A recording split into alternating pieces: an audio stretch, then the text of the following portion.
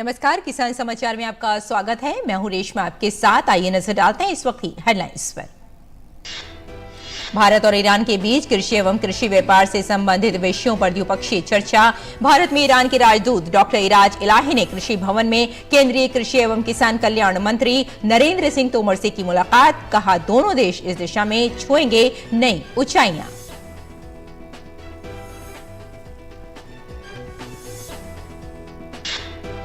केंद्रीय मंत्री धर्मेंद्र प्रधान ने कृषि भवन केंद्रीय कृषि एवं किसान कल्याण मंत्री नरेंद्र सिंह तोमर से की मुलाकात। ओडिशा में किसानों की समस्याओं और उसके निराकरण से संबंधित विषयों पर की चर्चा। तोमर ने कहा कि बीमा क्लेम के निस्तारण पर त्वरित कार्यवाही की जाएगी।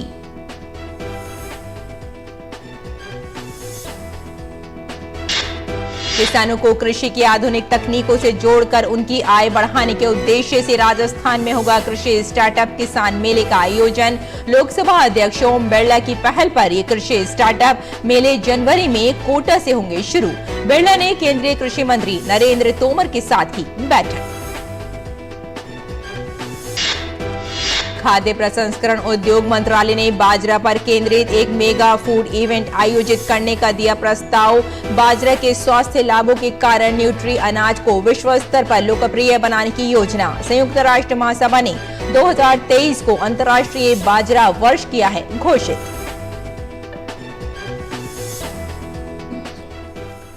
और आइए अब नजर डालते हैं विस्तार से खबरों पर। केंद्रीय कृषि एवं किसान कल्याण मंत्री नरेंद्र सिंह तोमर से भारत में ईरान के राजदूत डॉक्टर इराज इलाही ने कृषि भवन नई दिल्ली में बैठक की। इस दौरान दोनों देशों में कृषि एवं कृषि व्यापार से संबंधित विषयों पर द्विपक्षीय चर्चा की गई।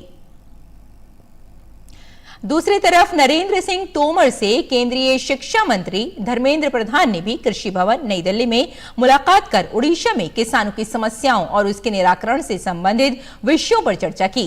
नरेंद्र सिंह तोमर ने बताया कि वार्ता के क्रम में ओडिशा राज्य में विवादित बीमा इकाइयों के बीमा क्लेम के निस्तारण की प्रक्रिया के अंतर्गत संबंधित कंपनी द्वारा बरगढ़ जिले के झरबंदा, पद्मपुर और पैकमल ब्लॉक में दिए जाने वाले बीमा क्लेम का निस्तारण किया जा चुका है। उन्होंने कहा कि केंद्र सरकार द्वारा इस मामले में किसानों के हित को सर्वोपरि बनाते हुए त्वरित कार्यवाही सुनिश्चित की गई है। किसानों को कृषि की आधुनिक तकनीकों से जोड़कर उनकी आय बढ़ाने के उद्देश्य से राजस्थान में कृषि स्टार्टअप किसान मेले का आयोजन किया जाएगा। लोकसभा अध्यक्ष ओम बिरला की पहल पर ये कृषि स्टार्टअप मेले जनवरी में कोटा से शुरू होंगे।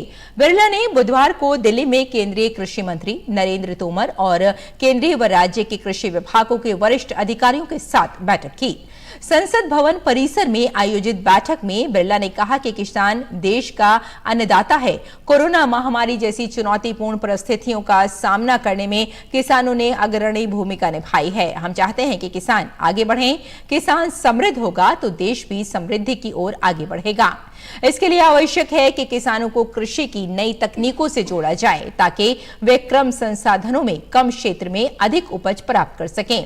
इससे आप अपनी उपज का मूल्य जोड़कर उससे अधिक आय प्राप्त कर सकते हैं। बिरला ने कहा कि कृषि क्षेत्र में स्टार्टअप इस दिशा में प्रभावी भूमिका निभा सकते हैं। हाल ही में दिल्ली पूसा इंस्टीट्यूट में आयोजित मेले में आए कई स्टार्टअप्स के उत्पाद और सेवाएं प्रभावशाली रहीं। उन्होंने कहा कि हम चाहते हैं कि राजस्थान के किसान भी इन उत्पादों को देखें, समझें और इस्तेमाल करें।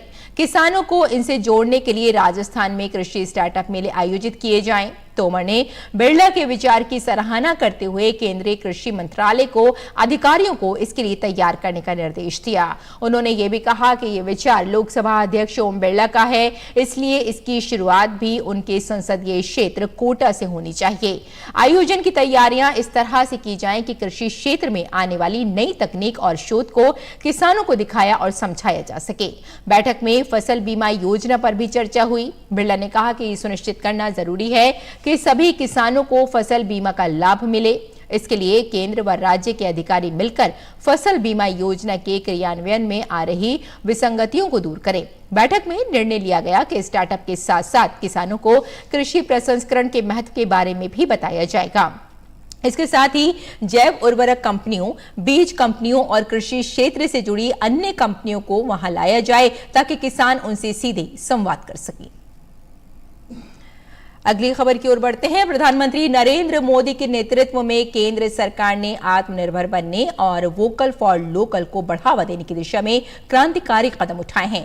खाद्य प्रसंस्करण उद्योग मंत्रालय पूरी क्षमता से खाद्य प्रसंस्करण क्षेत्र की ओर बढ़ावा दे रहा है। इस संदर्भ में कई कदम उठाए गए हैं, जिनसे उत्पादन से जुड़ी प्रोत्साहन योजना और प्रधानमंत्री किसान संपदा योजना शामिल है, ताकि कुशल आपूर्ति श्रृंखला प्रबंधन के साथ आधुनिक बुनियादी ढांचा भी तैयार किया जा सके, विनिर्माण में वृद्धि हो सके, जिससे रोजगार के बड़े अवसर पैदा होंगे और साथ ही किसानों की आय में भी वृद्धि होगी। गौरतलब है कि संयुक्त राष्ट्र महासभा ने 2023 को अंतर्राष्ट्रीय बाजरा वर्ष घोषित किया है, जिसके बाद संबंधित मंत्रालयों और विभागों द्वारा कार्यक्रमों की एक श्रृंखला आयोजित की जा रही है, ताकि दुनिया भर में पौष्टिक बाजरा के लिए जागरूकता पैदा करने और जलवायु में सुधार की दिशा में काम करने के लिए सभी हितधारकों को प्रेरित किया जा सके। खाद्य प्रसंस्करण उद्योग मंत्रालय ने बाजरे पर केंद्रित एक मेगा फूड इवेंट आयोजित करने का प्रस्ताव दिया है, ताकि सभी संबंधित हितधारकों को उपलब्ध अवसरों का पता चल सके और हितधारकों को संगठित किया जा सके। खाद्य प्रसंस्करण उद्योग मंत्रालय बाजरा के स्वास्थ्य लाभों के कारण न्यूट्री अनाज को विश्व स्तर पर लोकप्रिय बनाने की योजना भी बना रहा है। इसके लिए मंत्रालय ने अंतर्राष्ट्रीय और राष्ट्रीय अभियानों, एक्सपो, भोजन त्योहारों और अनुसंधान सहयोग के आयोजन की सिफारिश की है। विदेश और संस्कृति राज्य मंत्री मीनाक्षी लेखी ने दिल्ली में राष्ट्रीय शिल्प संग्रहालय और हस्तकला अकादमी में डैनिश वस्त्र शिल्प प्रदर्शनी का उद्घाटन किया। भारत की समृद्ध परंपरा और रीति रिवाजों के बारे में बात करते हुए मीनाक्षी लेखी ने इस बात पर जोर दिया कि वैश्विक बाजार में देश के कपड़ा क्षेत्र को लोकप्रिय बनाने के लिए भारतीय कपड़ों और कारीगरों के पारंपरिक तरीकों पर शोध किया जा सकता है। उन्होंने अंतर्राष्ट्रीय मंचों पर बेहतर विपणन के लिए स्थायी तरीकों का उपयोग करते हुए भारतीय कपड़ों को फिर से बनाने का सुझाव दिया। 3 महीने तक चलने वाली इस प्रदर्शनी का समापन 16 फरवरी 2023 को होगा। भारत में डेनमार्क के राजदूत फ्रीडी सावने ने कहा कि भारत में कई संस्कृतियां हैं और ये सबसे अच्छी जीवित सभ्यता है। उन्होंने इस बात की भी सराहना की कि कैसे भारत ने अपनी संस्कृति और परंपराओं को अक्षुण्ण रखा है, जो कारीगरों के काम में परिलक्षित होता है। उन्होंने कहा कि भारतीय कपड़े और वस्त्रों ने मानवता को आकार दिया है। 200 से अधिक वर्षों के दौरान डैनिश डिजाइनरों और कलाकारों पर भारतीय परंपरा का गहरा प्रतिबिंब है। वहां व्यापारियों के जहाजों पर डेनमार्क में भारतीय बुनाई के नमूने भी शामिल हैं। प्रदर्शनी में डैनिश वस्त्र कलाकारों और डिजाइनरों के 13 उदाहरण प्रदर्शित किए गए हैं, जो 1930 के दशक से लेकर आज तक काम कर रहे हैं। और अक्टूबर में प्रसारित मन की बात के संस्करण में प्रधानमंत्री ने पर्यावरण के प्रति संवेदनशीलता पर जोर दिया और देश के तमाम हिस्सों में इसे लेकर हो रहे अभिनव प्रयासों का जिक्र किया। कर्नाटक के बेंगलुरु में रहने वाले सुरेश कुमार प्रकृति और पर्यावरण की सुरक्षा इनका जुनून है। 20 साल पहले सहकार नगर के जंगल को हरा भरा करने की मुहिम शुरू की गई थी। आइए देखते हैं ये खास रिपोर्ट। कर्नाटक के बेंगलुरु में रहने वाले सुकेश कुमार, प्रकृति और पर्यावरण की सुरक्षा इनका जुनून है। 20 साल पहले सहकार नगर के जंगल को हरा भरा करने की मुहिम शुरू की। तमाम मुश्किलों के बावजूद 20 साल पहले लगाए गए पौधे आज 40-40 फीट ऊंचे पेड़ बन चुके हैं। साथ ही कन्नड़ भाषा और संस्कृति को बढ़ावा देने के लिए सहकार नगर में एक बस शेल्टर भी बनाया है। वो सैकड़ों लोगों को कन्नड़ में लिखी ब्रास प्लेट भी भेंट कर चुके हैं। इकोलॉजी और कल्चर दोनों साथ साथ आगे बढ़ाने की मुहिम रंग ला रही है। मैं देवनहल्ली में हरियाली के बीच पला बढ़ा हूँ। मैंने रेलवे ट्रैक पर एक हरा आवरण बनाने का फैसला किया। अधिकारियों ने मेरे साथ सहयोग किया, इसलिए मैंने 2008 में रेलवे ट्रैक के किनारे 2000 से अधिक पौधे लगाए। आज आप रेलवे ट्रैक के किनारे महोगनी, जकारांद्रा, तबेबुया, जामुन, नीम के अच्छी तरह से उगे हुए पेड़ देख सकते हैं। तमिलनाडु में कोयम्बटूर के अनाईकट्टी में आदिवासी महिलाओं की एक टीम काफी मशहूर है। इन महिलाओं ने निर्यात के लिए 10,000 eco friendly terracotta tea cups बनाए हैं। प्रशिक्षण प्राप्त कर क्ले मिक्सिंग से लेकर फाइनल पैकेजिंग तक सारे काम इन्होंने स्वयं किए हैं। नानगटी मैं इरूला ट्राइबल ग्रुप से ताल्लुक रखती हूँ। मैं दया सेवा साधन में कार्यरत हूँ। यह मेरे जैसी 20 महिलाओं के लिए आय का स्रोत है। पहले मेरे पति मेरे परिवार का एकमात्र आय स्रोत थे, लेकिन अब मैं अपने बच्चों को स्कूल भेजने के बाद यहाँ काम के सिलसिले में आती हूँ। अब मैंने सीख लिया है कि जीवन में कैसे जीना है। त्रिपुरा के कुछ गांव बायो विलेज से आगे बायो विलेज 2 की ओर कदम बढ़ा चुके हैं। बायो विलेज 2 में इस बात पर जोर होता है कि प्राकृतिक आपदाओं से होने वाले नुकसान को कैसे कम किया जाए। लोगों के जीवन स्तर को बेहतर बनाने पर ध्यान दिया जाता है। Solar energy, biogas, beekeeping और बायो फर्टिलाइजर, इन सब पर पूरा फोकस होता है। इस इलाके के 64 परिवारों को जैव प्रौद्योगिकी विभाग से कई सुविधाएं मिली। ऐसी सभी सुविधाएं वास्तव में हमारे लिए फायदेमंद हो जाती हैं। हमें सोलर लाइट, सोलर पंप, खेती के लिए मशरूम के अंडे, मुर्गी पालन के लिए चूजे, बत्तख के बच्चे मिले। ये सुविधाएं हमारे लिए फायदेमंद साबित हुई। प्रधानमंत्री ने देश के तमाम हिस्सों में पर्यावरण संरक्षण को लेकर हो रहे प्रयासों को लेकर खुशी जाहिर की है। उन्होंने सभी से पर्यावरण की रक्षा के लिए समर्पित मिशन लाइफ को जानने का आह्वान किया है। Chandrashekhar, DD news. हमारे देश के माटी पुत्र किसान पसीना बहाने में कम नहीं हैं। कमी थी तो सुविधाओं को, जिसे आकांक्षी जिला कार्यक्रम ने अब पूरा कर दिया है। पेश है झारखंड के आकांक्षी जिला चतरा से ये खास रिपोर्ट, जहां केंद्र द्वारा प्रायोजित मनरेगा कूप योजना किसानों के लिए वरदान साबित हो रही है।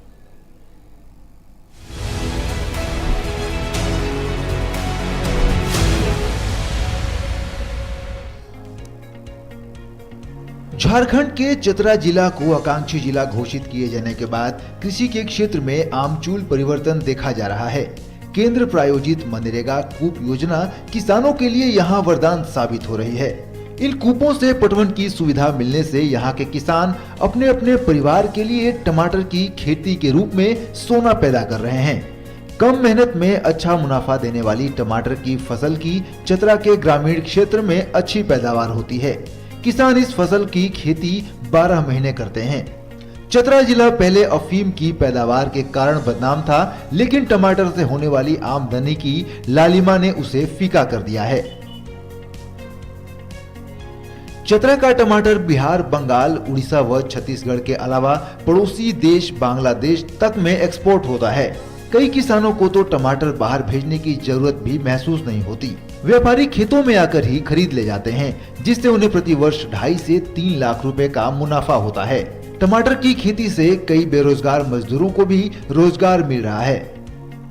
मैं टमाटर का उत्पादन करता हूं और इसको एक्सपोर्ट भी करता हूं। यूपी का जिला में भेजते हैं, बांग्लादेश, मुर्शिदाबाद वगैरह तक हम भेजते हैं अपना टमाटर। और यह टमाटर से इस एरिया का लेबर खास करके बहुत ज़्यादा उनमें जीता है। मेन लेबर को फायदा है। एक किसान हैं और खेतीबाड़ी पर ही आश्रित हैं।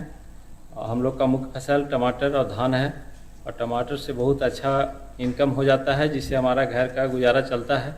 बच्चे को बाहर में पढ़ाते लिखाते हैं, हर तरह का सुख सुविधा जो भी घर का है सारा खर्चा टमाटर से चला लेते हैं। इस बार टमाटर का खेती बहुत हुआ है, हम लोग का रोजगार मिला है। ये रोजगार से हम लोग का घर परिवार सबको चल रहा है। इधर चतरा जिले के कृषि पदाधिकारी का मानना है कि आकांक्षी जिला होने के बाद से यहाँ के किसानों में कृषि के प्रति जागरूकता बढ़ी है। उन्होंने बताया कि कृषि विज्ञान केंद्र क्षेत्र के किसानों को मदद और प्रोत्साहन दे रहा है, जिससे वे खेती बाड़ी को नया आयाम दे रहे हैं।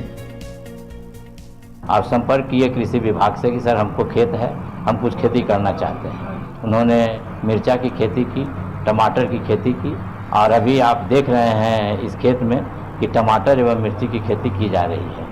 और मैं आपके माध्यम से ये भी कहना चाहता हूं कि जो भी किसान हैं, अगर उनको कोई भी ट्रेनिंग चाहिए या कोई भी आवश्यकता हो, जो कृषि विभाग देने के लिए उनको तत्पर है। चतरा को आकांक्षी जिला घोषित किए जाने के बाद यहाँ स्पष्ट तौर पर कृषि क्षेत्र को इससे संबल मिला है।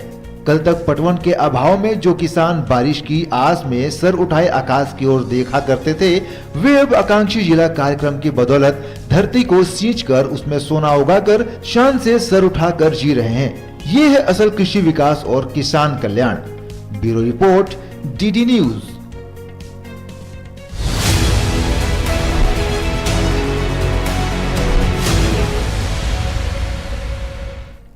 और आइए अब जान लेते हैं देश भर की मंडियों का भाव।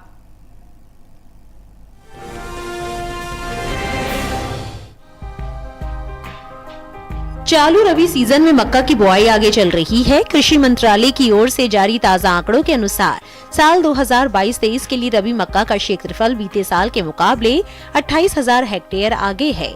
11 नवंबर तक रबी मक्का की बुआई 2,50,000 हेक्टेयर में हो चुकी है, जबकि बीते साल इस दौरान रबी मक्का की खेती 2,22,000 हेक्टेयर में हुई थी। वहीं बात मक्का की आवक की करें तो कृषि उपज मंडियों में इन दिनों मक्का की आवक सामान्य बनी हुई है। बुधवार को कृषि उपज मंडियों में मक्का के सौदों में मिला जुला रुख देखने को मिला। कहीं भाव चढ़े तो कहीं घटे, जबकि कुछ मंडियों में इस दौरान मक्का के भाव में कोई बदलाव नहीं हुआ।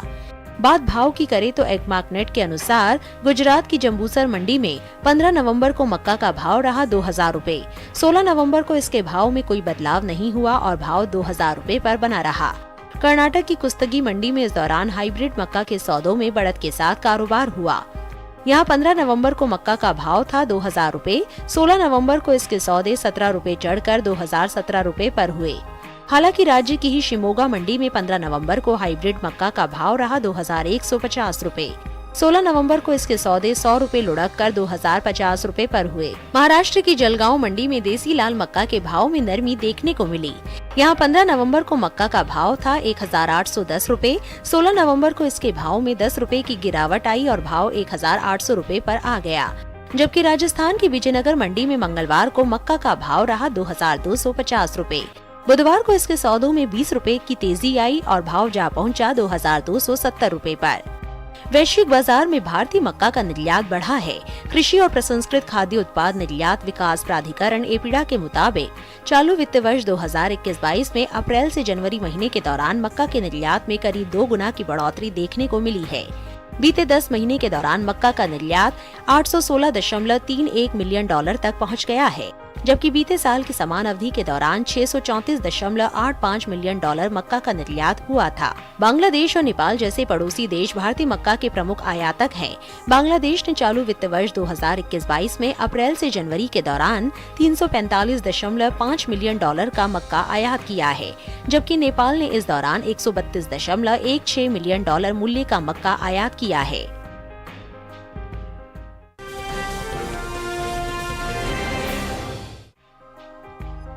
कृषि उपज मंडियों में इन दिनों कपास की आवक सामान्य है। बात इसके भाव की करें तो गुजरात की चोटीला, राजकोट और ध्रोल मंडी में कपास के सौदे मजबूती के साथ हुए, जबकि राजस्थान की गोलूवाला मंडी में कपास के भाव में नरमी देखने को मिली। वहीं विजयनगर मंडी की बात करें तो यहाँ कोई बदलाव नहीं हुआ। एग्मार्कनेट के मुताबिक गुजरात की चोटीला मंडी में 15 नवंबर को कपास का भाव रहा 8,500 रूपए। 16 नवंबर को यहां कपास के भाव में 250 रूपए का उछाल आया और भाव जा पहुंचा 8,750 रूपए पर। राज्य की राजकोट मंडी में इस दौरान कपास के सौदों में बढ़त के साथ कारोबार हुआ। यहां 15 नवंबर को कपास का भाव था 9,300 रूपए। 16 नवंबर को इसके सौदे 150 रूपए मजबूत होकर 9,450 रूपए पर हुए। ध्रोल मंडी में 15 नवंबर को कपास का भाव था 9,000 रूपए। 16 नवंबर को इसके सौदों में 10 रूपए की बढ़त देखने को मिली और भाव 9,010 रूपए पर आ गया। जबकि राजस्थान की गोलूवाला मंडी में 15 नवंबर को कपास का भाव रहा 9,225 रूपए। 16 नवंबर को इसके भाव में 275 रूपए की भारी गिरावट आई और भाव 8,950 रूपए हो गया। विजयनगर मंडी में बीते 2 दिनों के दौरान कपास के भाव स्थिर रहे। यहाँ 15 और 16 नवंबर को कपास 8,950 रूपए पर बिकी। बात कपास की पैदावार की करें तो घरेलू स्तर पर देश में इस साल कपास की उपज में बढ़त देखने को मिल सकती है। साल 2022-23 के दौरान कपास की पैदावार में 29,87,000 गांठ की बढ़ोतरी दर्ज की जा सकती है, जिसका असर कपास के बाजार भाव पर पड़ सकता है। कृषि मंत्रालय की ओर से 21 सितंबर को जारी पहले अग्रिम अनुमान के मुताबिक कपास की उपज साल 2022-23 के दौरान 3,41,90,000 गांठ होने का अनुमान है, जबकि बीते साल की समान अवधि के दौरान उपज 3,12,03,000 गांठ रही थी।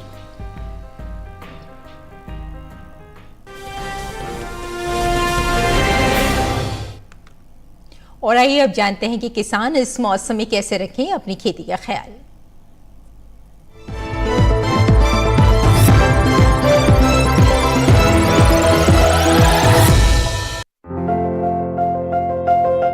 जम्मू कश्मीर में सरसों की बुआई कर ले, साथ ही मटर की बुआई करते रहें। किसान तिल की बुआई कर सकते हैं। इसके अलावा गेहूं की बुआई करें। गेहूं के खेत में पर्याप्त नमी बनाए रखें। यहाँ के किसान मूली की तुड़ाई कर ले। अभी गाजर की तुड़ाई भी कर सकते हैं। जम्मू कश्मीर में खीरे और लौकी की भी तुड़ाई करें। वहीं भिंडी की तुड़ाई के लिए समय उपयुक्त है। इसके साथ ही प्याज की बुआई के लिए नर्सरी तैयार करें। यहीं फूल गोभी की बुआई के लिए नर्सरी तैयार कर सकते हैं। वहाँ के किसान तोरई के खेत में निराई और गुड़ाई कर ले। जम्मू कश्मीर में बीन्स की तुड़ाई करते रहे। हिमाचल प्रदेश में सेब की तुड़ाई करें। किसान गेहूं की बुआई कर सकते हैं। यहीं मटर की बुआई भी कर ले। इसके अलावा मूली और गाजर की बुआई करते रहे। वहाँ के किसान पालक और मेथी की बुआई करें, साथ ही शलगम भी बोए। हिमाचल के किसान मूंग की बुआई कर ले। इस समय कपास और सरसों की बुआई करते रहे। इसके साथ ही लहसुन की रुपाई कर सकते हैं। यहाँ तिल की बुआई के लिए सही समय है। अभी गन्ने की कटाई करते रहे। हिमाचल प्रदेश में फूल गोभी के खेत से खरपतवार निकाले। किसान धान की कटाई करें। वहीं प्याज की बुआई के लिए नर्सरी तैयार कर ले।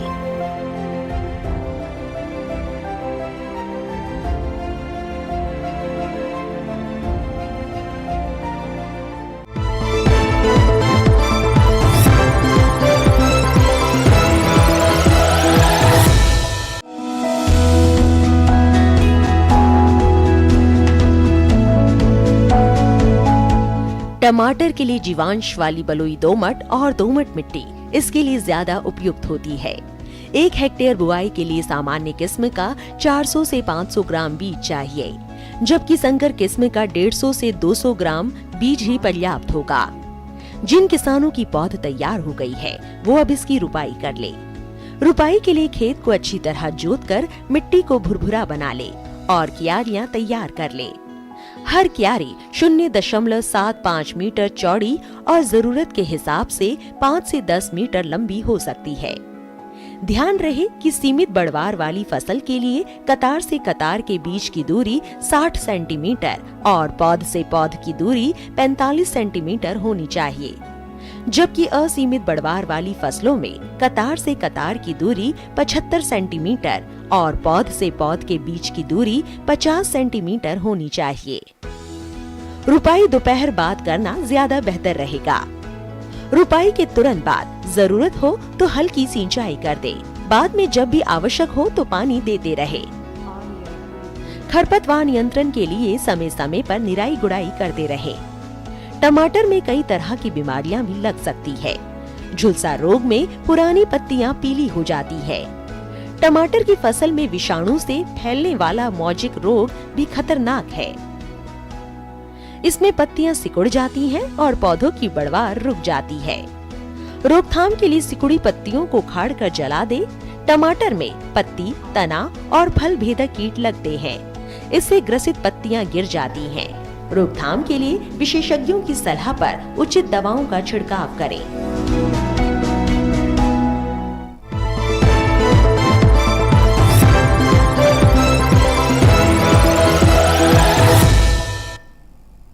खेती किसानी के साथ साथ आइए नजर डाल लेते हैं कुछ और महत्वपूर्ण खबरों पर। खास खबर में इंडोनेशिया के बाली में संपन्न G20 शिखर सम्मेलन में भारत की धाक जमाने के बाद प्रधानमंत्री नरेंद्र मोदी स्वदेश लौट आए हैं। कल रात प्रधानमंत्री मोदी विशेष विमान से दिल्ली पहुंचे। G20 शिखर सम्मेलन की अगली बैठक 2023 में दिल्ली में होगी।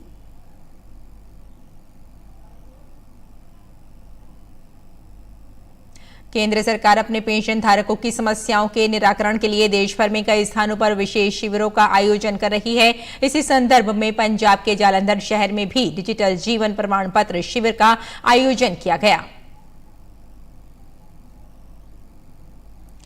नागरिक उड्डयन मंत्रालय ने कहा कि अब विमान यात्रा के दौरान मास्क लगाना अनिवार्य नहीं है, लेकिन कोरोना संक्रमण में कमी के बावजूद यात्रियों को इसका उपयोग करना चाहिए। ऐसा नहीं करने पर किसी प्रकार के जुर्माने या दंडात्मक कार्रवाई का उल्लेख उद्घोषणा में नहीं होगा। राजधानी दिल्ली में हवा की गुणवत्ता अब भी खराब श्रेणी में है। दिल्ली में वायु गुणवत्ता सूचकांक 249 दर्ज किया गया। मौसम विभाग के अनुसार अगले 2 दिनों तक हवा की गुणवत्ता खराब श्रेणी में बनी रहेगी। केरल के सबरीमाला मंदिर में वार्षिक मंडलम मकर विलक्कू तीर्थ यात्रा शुरू। मंदिर में बड़ी संख्या में श्रद्धालु दर्शन करने पहुंचे। कोविड-19 प्रतिबंधों के हटने के बाद भगवान अयप्पा मंदिर के द्वार खोले गए। भारतीय राष्ट्रीय राजमार्ग प्राधिकरण ने मैसूर नगर निगम को विवादास्पद गुंबद के आकार के बस शेल्टर को हटाने के लिए नोटिस जारी किया। ढांचे को हटाने के लिए उसे 1 सप्ताह का समय दिया गया है। उत्तराखंड के मुख्यमंत्री पुष्कर सिंह धामी ने देहरादून में सतत विकास हेतु हिमालय का भूविज्ञान पर federation of Indian Jio sciences association के 3रे त्रिवार्षिक सम्मेलन में शामिल हुए।